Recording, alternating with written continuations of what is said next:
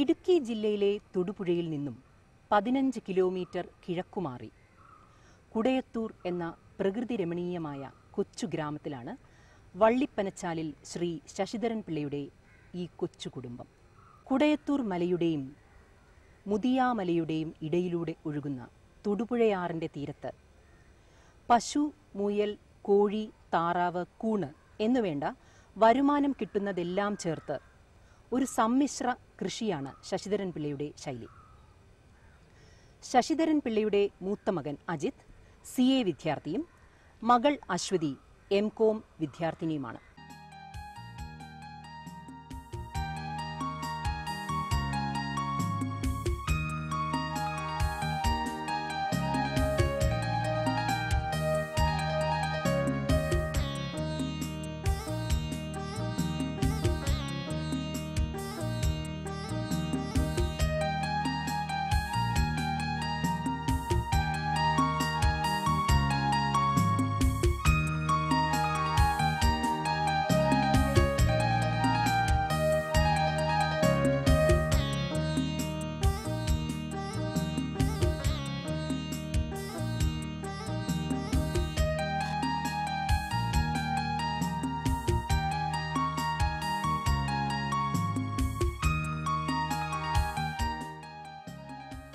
ഇടുക്കി ജില്ലയിലെ പ്രകൃതി സുന്ദരമായ ഗ്രാമമാണ് കുടയത്തൂർ പഞ്ചായത്ത്. ഈ പഞ്ചായത്തിലെ ഒരു ക്ഷീര കർഷകനാണ് ഇദ്ദേഹം. പേരെന്താണ്? ശശിധരൻ പിള്ള. ഇദ്ദേഹവും ഭാര്യയും ഉപജീവന മാർഗമായി സ്വീകരിച്ചിരിക്കുന്നത് കന്നുകാലി വളർത്തലാണ്. എത്ര കാലമായി ഈ പശു വളർത്തൽ തുടങ്ങിയിട്ട്? തുടങ്ങിയിട്ട് വർഷങ്ങളായിട്ടുള്ളതാണ്. വർഷങ്ങളായിട്ടുള്ള ജീവനമായിട്ട് തുടങ്ങിയിട്ട് 10 വർഷമായി. വ്യാപാര അടിസ്ഥാനത്തിൽ തുടങ്ങിയിട്ട് 10 വർഷമായി. 10 വർഷമായി. ഇപ്പം എത്ര പശുക്കളുണ്ട്? 6 പശുവുണ്ട്. 6 പശു. അടുത്തും വീട്ടും കൂടെ ഏതാണ്ട് 75 ലിറ്ററോളം പാലളക്കുന്നുണ്ട്. ഇപ്പോൾ പാലളക്കുന്നുണ്ട്. ഈ പശുക്കൾക്കുള്ള തീറ്റ പുല്ലുകളൊക്കെ നമ്മളിവിടെ ഉൽപ്പാദിപ്പിക്കുവാണോ അതെയോ? പുല്ലൊക്കെ വെച്ച് പിടിപ്പിച്ചിട്ടുണ്ട്. ഉണ്ട്. ഉണ്ട്. പുതിയ ഇനം പുല്ലുകൾ ഉണ്ട്, വെച്ച് പിടിപ്പിച്ചിട്ടുണ്ട്. അപ്പോൾ ഈ പശുക്കൾ ഏതെല്ലാം ഇനത്തിലുള്ള കന്നുകാലികളാണ് നമുക്ക്? ഇത് ഉണ്ട്, ഏഴ്സി ഉണ്ട്. ഇതിന് ഈ ആഹാരം കൊടുക്കുന്നത് ഏതൊക്കെ സമയത്താണ്? രാവിലെ 5 മണിക്ക് കാലിത്തീറ്റ കൊടുക്കും. കറവ കഴിഞ്ഞതിന് ശേഷം കാലിത്തീറ്റ കൊടുക്കും. പിന്നെ 8 മണിയൊക്കെ ആകുമ്പോഴത്തേനും തവിടിട്ട് വെള്ളം കൊടുക്കും. അതിനുശേഷം കച്ചി അല്ലെങ്കിൽ പുല്ലുള്ള സമയത്ത് പുല്ല് അല്ലെങ്കിൽ ഇടയ്ക്ക് കച്ചി കൊടുക്കാറുണ്ട്. പിന്നെ പച്ചവെള്ളം കുടിക്കാൻ കൊടുക്കുന്നു. ഇതിന് ആവശ്യമായ പുല്ല് തീറ്റ കൊടുക്കാൻ നമുക്ക് ഇവിടെ ലഭ്യമാവുന്നുണ്ടോ? ഇല്ല, ആവശ്യത്തിനുള്ള വേനൽക്കാലത്ത് കിട്ടുന്നില്ല. കച്ചിയാണ് കൊടുക്കുന്നത്. ഈ ആരോഗ്യ സംബന്ധമായ കാര്യങ്ങൾ, മരുന്നുകൾ ഇതൊക്കെ ആവശ്യം വരാറുണ്ടോ?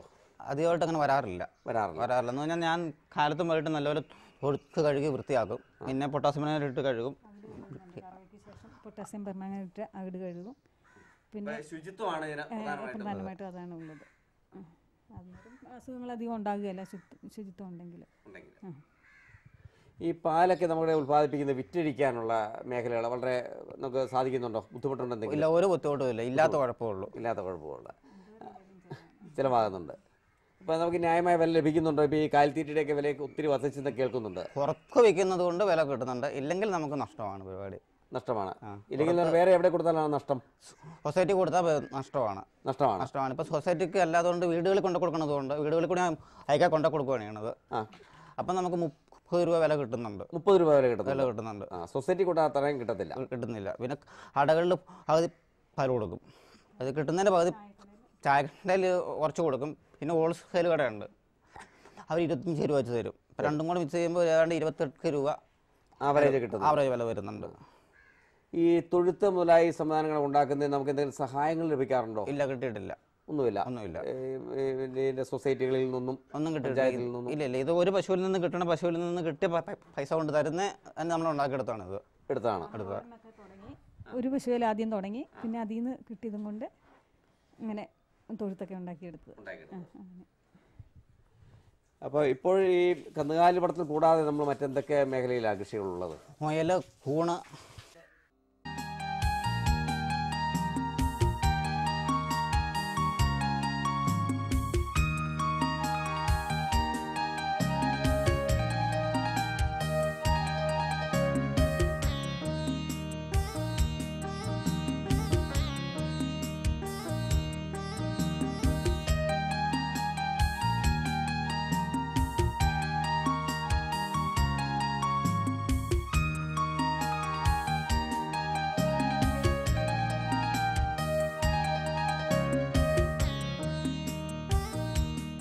അതിലുണ്ട്. ആ കോഴി, താറാവ്, മീന്. മീൻ കൃഷിയുണ്ട്. മീനുണ്ട്.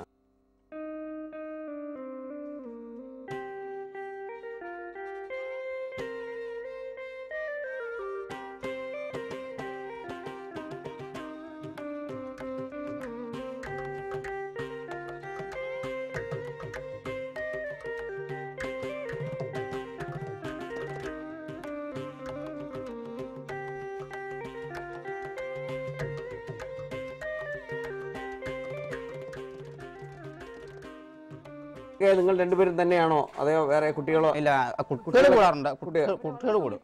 എത്ര കുട്ടികളുണ്ട്? 2 പേര്. അവര് പഠിക്കുവാണോ അതെയോ? അപ്പൊ ഇതിൽ നിന്നുള്ള വരുമാനം കൊണ്ടാണ് കുട്ടികളെ പഠിപ്പിക്കുക? വരുമാനം കൊണ്ടാണോ? അതെ, ഇതിൽ നിന്നുള്ള വരുമാനം കൊണ്ട് തന്നെയാണ് പിള്ളേരുടെ വിദ്യാഭ്യാസങ്ങൾ കാര്യങ്ങളാണ് ചെയ്യുന്നത്. അപ്പോൾ ഈ കുട്ടികളുടെ വിദ്യാഭ്യാസത്തിനിടയ്ക്ക് കിട്ടുന്ന സമയത്ത് അവര് വന്ന് നമ്മളെ സഹായിക്കാം. അവർ കൂടാറുണ്ട്.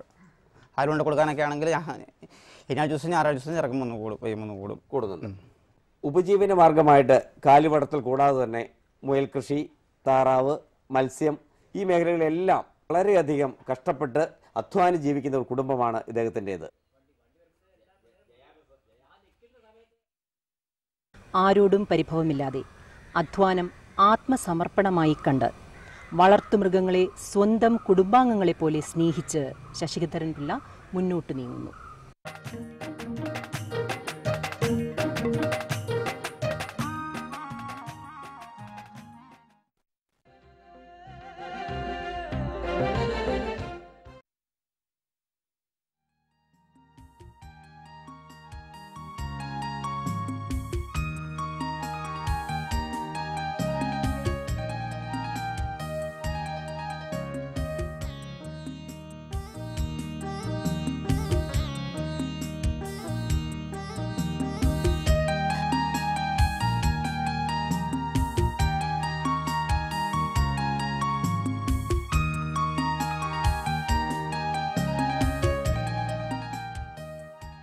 സുഗന്ധവിളകളുടെ നാടാണ് വയനാട് ജില്ലയും ഇടുക്കി ജില്ലയും. റബ്ബർ പോലെയുള്ള നാണ്യവിളകളും ഇവിടെ സമൃദ്ധിയായി വളരുന്നുണ്ട്. കേരളത്തിൻ്റെ തനതു കൃഷിയാണ് തെങ്ങ് കൃഷി. ഇന്നത് വളരെയധികം ശോചനീയമായൊരവസ്ഥയിലുമാണ്. എന്നിട്ടും അതിലേക്ക് തിരിഞ്ഞ് വളരെയധികം ലാഭമുണ്ടാക്കിക്കൊണ്ടിരിക്കുന്ന ഒരു കർഷകനാണ് വർഗീസ് കുര്യൻ.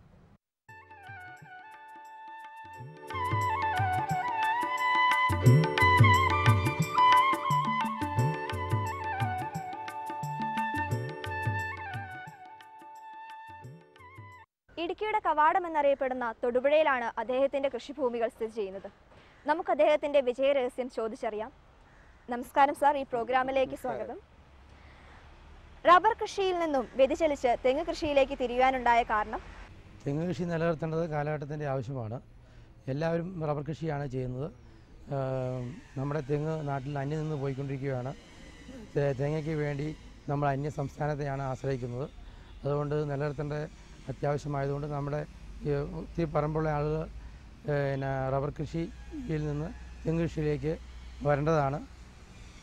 വളരെ ലാഭകരമായിട്ട് തന്നെ നമുക്ക് നല്ല ഹൈബ്രിഡ് വെറൈറ്റിയുള്ള തെങ്ങ് കൃഷി ചെയ്യുകയാണെങ്കിൽ വളരെ ആദായകരമായിട്ട് തെങ്ങ് കൃഷി നിലനിർത്താവുന്നതാണ്. ഏതുതരം വിത്തുകളാണ് താങ്കൾ ഈ കൃഷിക്ക് ഉപയോഗിക്കുന്നത്?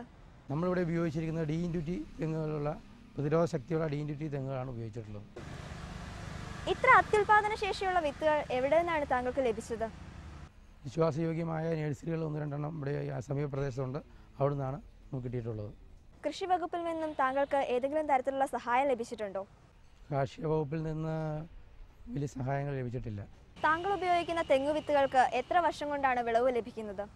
4 വർഷം മുതൽ കായ്ഫലം കിട്ടി തുടങ്ങി. താങ്കളുടെ ഈ തിരക്ക് പിടിച്ച വ്യവസായത്തിനിടയിൽ എങ്ങനെയാണ് കൃഷിയും കൂടെ കൊണ്ടുപോകുന്നത്? കൃഷി ചെയ്യണമെങ്കിൽ അതിന് നമുക്കൊരു മനസ്സ് വേണം. നമുക്ക് അതിന് താല്പര്യമുണ്ടെങ്കിൽ രണ്ടും ഒരുപോലെ കൊണ്ടുപോകാവുന്നതേ ഉള്ളൂ. ഹൈബ്രിഡ് വെറൈറ്റിയുള്ള തെങ്ങുകൾ നമ്മൾ കൃഷി ചെയ്യുകയാണെങ്കിൽ ഒത്തിരി പ്രതിരോധ ശക്തി അതിന് ഉണ്ടാകും. അത് നമ്മൾ ഇവിടെ ഈ നല്ല രീതിയിൽ തെങ്ങ് വരാനുള്ള ഒരു സാഹചര്യം ഇവിടെ മെയിനായിട്ട് ഇവിടെയുള്ള സൂര്യപ്രകാശം ഉണ്ട്. പിന്നെ അതുപോലെ വേനൽക്കാലത്ത് നനയ്ക്കാനുള്ള ജലസേചനത്തിനുള്ള സൗകര്യമുണ്ട്. പിന്നെ കൃത്യമായിട്ട് നമ്മളതിൻ്റെ കീടങ്ങളെല്ലാം നോക്കുന്നുണ്ട്. ഇങ്ങനെയുള്ള പിന്നെ ഈ കുമ്മായം നമ്മൾ ഇടുന്നുണ്ട്. ആണ്ടിൽ 2 പ്രാവശ്യം റോഡം മിശ്രിതം തളിക്കുന്നുണ്ട്. പിന്നെ ജൈവ വളങ്ങളാണ് കൂടുതലും ഉപയോഗിക്കുന്നത്.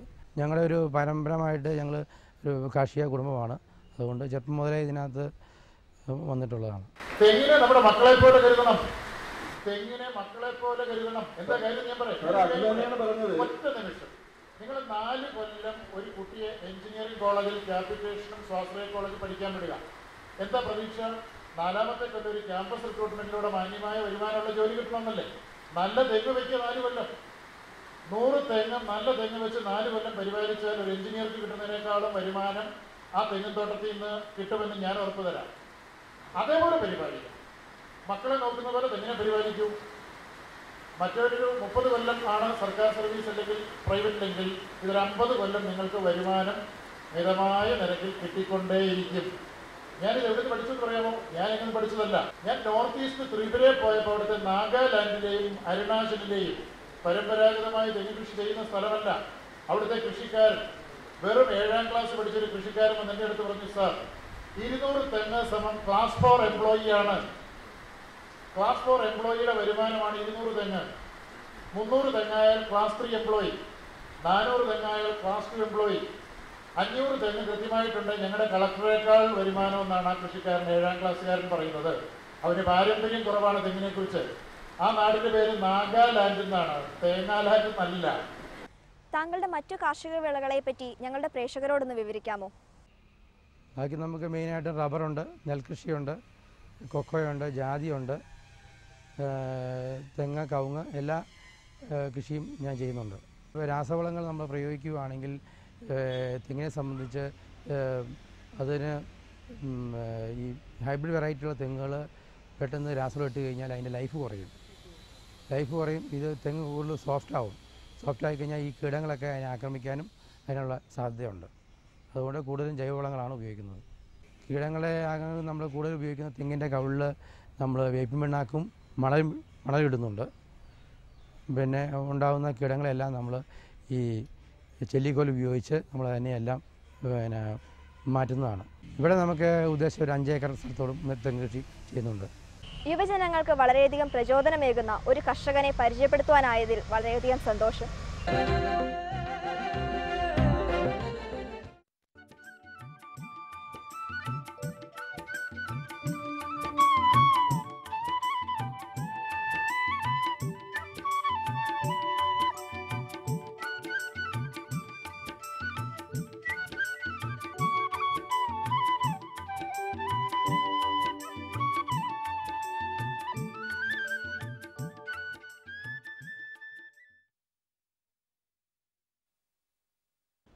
തൊടുപുഴയുടെ വളർച്ചയ്ക്കൊപ്പമാണ് ഇടുക്കി ജില്ലയുടെയും വളർച്ച. അതിൽ കാർഷിക രംഗത്തിനും അതുപോലെ തന്നെ ടൂറിസം മേഖലയ്ക്കും തനതായ പങ്കുണ്ട്. കാർഷിക രംഗത്ത് എങ്ങനെയാണ് താങ്കൾ ടൂറിസം മേഖല കൂടി ഒരുമിച്ച് കൊണ്ടുപോകുന്നത്? ഏറ്റവും കൂടുതൽ പ്രാധാന്യമുള്ള കാർഷിക മേഖലയിൽ ഫാം ടൂറിസത്തിനാണ് ഏറ്റവും കൂടുതൽ സാധ്യതയുള്ളത്. ഫാം ടൂറിസം കേന്ദ്രീകരിച്ച് മുമ്പോട്ട് പോകാനാണ് ആഗ്രഹിക്കുന്നത്. ഈ മേഖലയിൽ എന്തെല്ലാം സൗകര്യങ്ങളാണ് ഇവിടെ ഒരുക്കിയിട്ടുള്ളത്? ഫാം ടൂറിസത്തിൻ്റെ അടിസ്ഥാന തത്വം തന്നെ തോട്ടങ്ങൾ കലാപരമായി ക്രമീകരിക്കുക എന്നുള്ളതാണ്.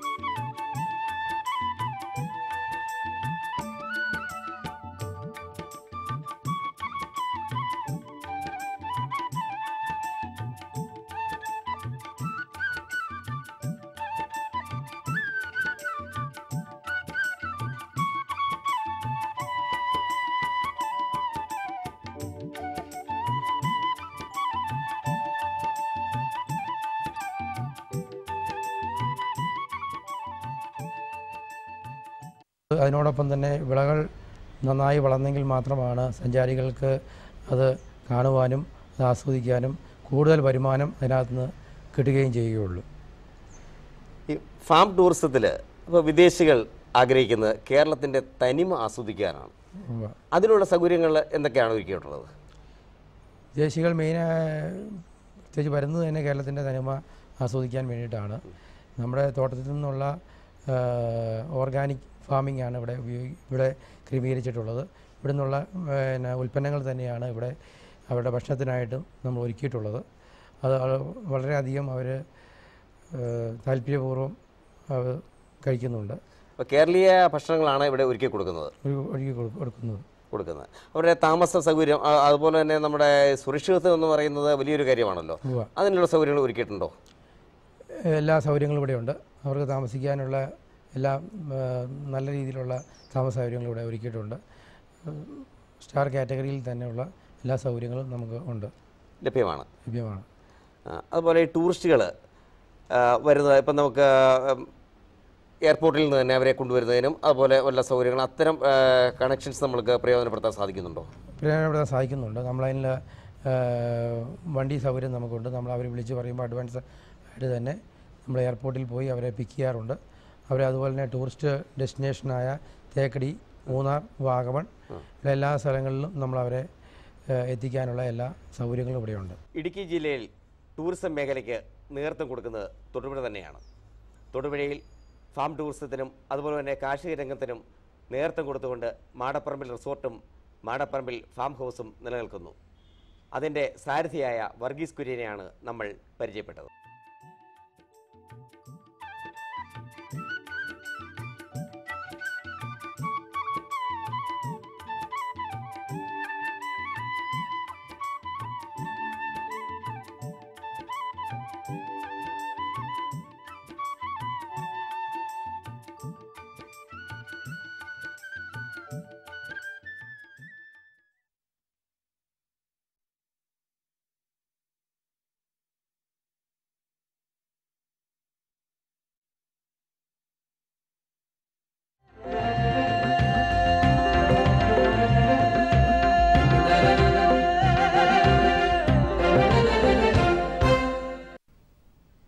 നമസ്കാരം.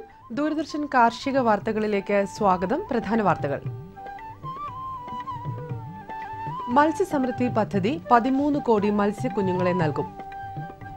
ക്ഷീര കർഷകർക്ക് മെഡിക്ലെയിം പദ്ധതി. കാർഷിക വാർത്തകൾ വിശദമായി. മത്സ്യകൃഷി കർഷകർക്ക് 18.5 കോടി രൂപയുടെ ആനുകൂല്യങ്ങൾ പ്രഖ്യാപിച്ച് സംസ്ഥാന ഫിഷറീസ് വകുപ്പ് മത്സ്യസമൃദ്ധി പദ്ധതിയുടെ 2ാം ഘട്ടത്തിലേക്ക്. മത്സ്യസമൃദ്ധി 2ാം ഘട്ടത്തിൽ കേരളത്തിൽ ആകെ 5500 ഹെക്ടർ ജലാശയങ്ങളിൽ മത്സ്യകൃഷി വ്യാപിപ്പിക്കും. രോഹു, കട്ല, മൃഗാൾ, സൈപ്രിനസ് തുടങ്ങിയ കാർപ്പ് മത്സ്യക്കുഞ്ഞുങ്ങളെ സൗജന്യമായി കർഷകർക്ക് നൽകും. ഇതോടൊപ്പം 8 കോടിയോളം ചെമ്മീൻ കുഞ്ഞുങ്ങളെ ഓരുജല മത്സ്യകൃഷിക്കായി നൽകും. 1ാം ഘട്ടത്തിലേതുപോലെ കരിമീൻ മുരിങ്ങ കൃഷിക്കാർക്ക് ഇത്തവണയും ധനസഹായം നൽകും. 5000-ഓളം മത്സ്യ കർഷകർക്ക് പ്രതിദിനം 125 രൂപ സ്റ്റൈപ്പൻഡോടുകൂടി പരിശീലനവും നടപ്പിലാക്കുന്നു. 2ാം ഘട്ട ആനുകൂല്യങ്ങൾക്കായി കർഷകർ ഫിഷ് ഫാമേഴ്സ് ഡെവലപ്മെന്റ് ഏജൻസിയുമായോ ജില്ലാ ഫിഷറീസ് ഓഫീസറുമായോ ബന്ധപ്പെടണം. കേരള കാർഷിക സർവകലാശാലയുടെ വെള്ളായണി തേനീച്ച പരാഗണ ഗവേഷണ കേന്ദ്രത്തിൽ നിന്നും ശുദ്ധമായ തേനും രോഗവിമുക്തമായ തേനീച്ച കോളനിയും ലഭ്യമാണ്. മുൻകൂർ പണമടച്ച് രജിസ്റ്റർ ചെയ്യണം. ഇന്ത്യൻ തേനീച്ച കോളനിക്ക് 1400 രൂപയും യൂറോപ്യൻ തേനീച്ച കോളനിക്ക് 4000 രൂപയുമാണ് വില. കൂടുതൽ വിവരങ്ങൾക്ക് ബന്ധപ്പെടാവുന്ന ഫോൺ നമ്പർ 047123844422. മിൽമയുടെ മലബാർ മേഖലാ യൂണിയൻ ഓറിയന്റൽ ഇൻഷുറൻസ് കമ്പനിയുമായി സഹകരിച്ച് ക്ഷീര കർഷകർ, ക്ഷീരസംഘം ജീവനക്കാർ, മിൽമ ഡീലർമാർ എന്നിവർക്കും അവരുടെ കുടുംബാംഗങ്ങൾക്കും ക്ഷീര കർഷക മെഡിക്ലെയിം പോളിസി നടപ്പാക്കുന്നു. ഒരു വ്യക്തിക്ക് ഒരു വർഷത്തിൽ പരമാവധി 30,000 രൂപ വരെയും ഒരു കുടുംബത്തിന് 50,000 രൂപ വരെയുമുള്ള ചികിത്സാ ചെലവുകളാണ് ഈ പദ്ധതിയിലൂടെ ലഭ്യമാകുക. അംഗീകൃത അലോപ്പതി ആശുപത്രികളിലും ഗവൺമെന്റ് ആയുർവേദ ഹോമിയോ ആശുപത്രി എന്നിവിടങ്ങളിലും നടത്തുന്ന ചികിത്സയ്ക്ക് മാത്രമേ പോളിസിയിലൂടെ ക്ലെയിം ലഭിക്കുകയുള്ളൂ. പ്രീമിയം തുകയുടെ ഒരു ഭാഗം മിൽമ വഹിക്കുന്നതായിരിക്കും. ഇൻഷുറൻസ് പദ്ധതിയിൽ ചേരാൻ ആഗ്രഹിക്കുന്ന ക്ഷീര കർഷകർ അതാത് സ്ഥലത്തെ ക്ഷീരോത്പാദക സഹകരണ സംഘവുമായി ബന്ധപ്പെടണം. കോഴിക്കോട് മാരിക്കുന്നിലുള്ള ഭാരതീയ സുഗന്ധവിള ഗവേഷണ കേന്ദ്രം സുഗന്ധവിള കൃഷിക്ക് ആവശ്യമായ സാങ്കേതിക വിദ്യയും സഹായങ്ങളും നൽകുന്നു. സുഗന്ധവിളകളുടെ നടീൽ വസ്തുക്കളും മൂല്യവർദ്ധിത സാങ്കേതിക വിദ്യയും ലഭ്യമാണ്. കർഷകർക്ക് ബന്ധപ്പെടാവുന്ന വിലാസവും ഫോൺ നമ്പറും: ഭാരതീയ സുഗന്ധവിള ഗവേഷണ കേന്ദ്രം, മാരിക്കുന്ന്, കോഴിക്കോട്. Phone number 0452730704. കേരള കാർഷിക സർവകലാശാല വികസിപ്പിച്ചെടുത്ത പുതിയ ഇനം പടവലമാണ് ഹരിതശ്രീ. വെള്ളാനിക്കര ഹോർട്ടിക്കൾച്ചർ കോളേജിലെ പച്ചക്കറി വിള വിഭാഗത്തിലെ പ്രൊഫസർ KP പ്രസന്നയും സഹപ്രവർത്തകരുമാണ് പുതിയ പടവലം വികസിപ്പിച്ചെടുത്തത്.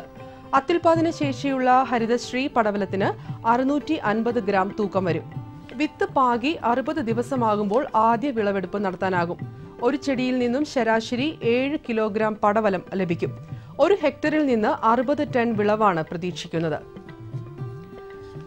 കേരളത്തിലെ വടക്കൻ ജില്ലകളിൽ കൃഷി ചെയ്യാൻ യോജിച്ച ഇനമാണ് ഹരിതശ്രീ പടവലം. സെപ്റ്റംബർ മാസത്തിൽ മൃഗസംരക്ഷണ പരിശീലന കേന്ദ്രങ്ങൾ നൽകുന്ന പരിശീലനങ്ങൾ. കുടപ്പനക്കുന്ന് മൃഗസംരക്ഷണ പരിശീലന കേന്ദ്രത്തിൽ 25, 26, 27 തീയതികളിൽ ഇറച്ചിക്കോഴി വളർത്തലിൽ പരിശീലനം നൽകുന്നു. കോട്ടയം തലയോലപ്പറമ്പ് കേന്ദ്രത്തിൽ നാളെയും മറ്റന്നാളെയുമായി പശു പരിചരണത്തിൽ പരിശീലനം നൽകും. ചെങ്ങന്നൂർ സെൻട്രൽ ഹാച്ചറിയിൽ 23, 24 തീയതികളിൽ ആട് വളർത്തലിലും 26, 27, 28 തീയതികളിൽ മുട്ടക്കോഴി വളർത്തലിലും സൗജന്യ പരിശീലനം നൽകുന്നു. ഇഞ്ചിയുടെ ചുവട് ചീയൽ രോഗത്തിന് ഫലപ്രദമായി ഉപയോഗിക്കാവുന്ന മികച്ച കുമിൾനാശിനിയാണ് ചെഷൻ മിശ്രിതം. 60 ഗ്രാം തുരിശും 330 ഗ്രാം അമോണിയം കാർബണേറ്റും പൊടിച്ച് കൂട്ടിക്കലർത്തി 24 മണിക്കൂർ നേരം വായു കടക്കാത്ത സ്ഫടിക ഭരണിയിൽ സൂക്ഷിക്കുക. ഇതിൽ നിന്ന് 25 ഗ്രാം എടുത്ത് 1 ലിറ്റർ ചൂടുവെള്ളത്തിൽ ലയിപ്പിച്ച് 8 ഇരട്ടി തണുത്ത വെള്ളം ചേർത്ത് ഇഞ്ചിച്ചെടിയുടെ ചുവട്ടിൽ മണ്ണ് കുതിരും വിധം ഒഴിക്കുക. ഇത് ഇഞ്ചിയുടെ ചുവട് ചീയലിനെ നിയന്ത്രിക്കും. ഇനി കമ്പോള നിലവാരം. റബ്ബർ RSS 4 ക്വിന്റലിന് 18,700 രൂപ. റബ്ബർ RSS 5 ക്വിന്റലിന് 18,100 രൂപ. വെളിച്ചെണ്ണ ക്വിന്റലിന് 8,050 രൂപ. കൊപ്ര ക്വിന്റലിന് 5,575 രൂപ. കുരുമുളക് ക്വിന്റലിന് 42,900 രൂപ. ജാതിക്ക തൊണ്ടോട് കൂടിയത് കിലോയ്ക്ക് 475 രൂപ. ജാതിക്ക തൊണ്ടില്ലാത്ത കിലോയ്ക്ക് 600 രൂപ. കമ്പോള അവലോകനം. കുരുമുളക് വിപണി കൊച്ചിയിൽ. ഗാർബിൾഡ് കുരുമുളക് ക്വിന്റലിന് 42,900 രൂപ. അൺഗാർബിൾഡ് കുരുമുളക് ക്വിന്റലിന് 40,900 രൂപ. കുരുമുളക് വിപണി കൽപ്പറ്റയിൽ. ചേട്ടൻ കുരുമുളക് ക്വിന്റലിന് 40,000 രൂപ. വയനാടൻ കുരുമുളക് ക്വിന്റലിന് 40,500 രൂപ. കൊപ്ര വിപണി. കോഴിക്കോട് ക്വിന്റലിന് 5,375 രൂപ. തളിപ്പറമ്പ് 5,100 രൂപ.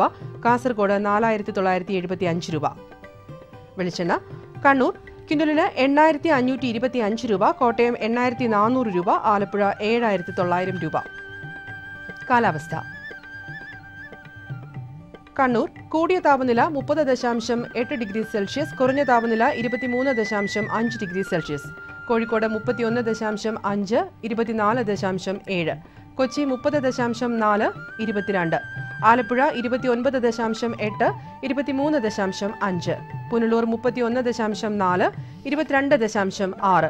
Thiruvananthapuram 31, 23.5 degree Celsius.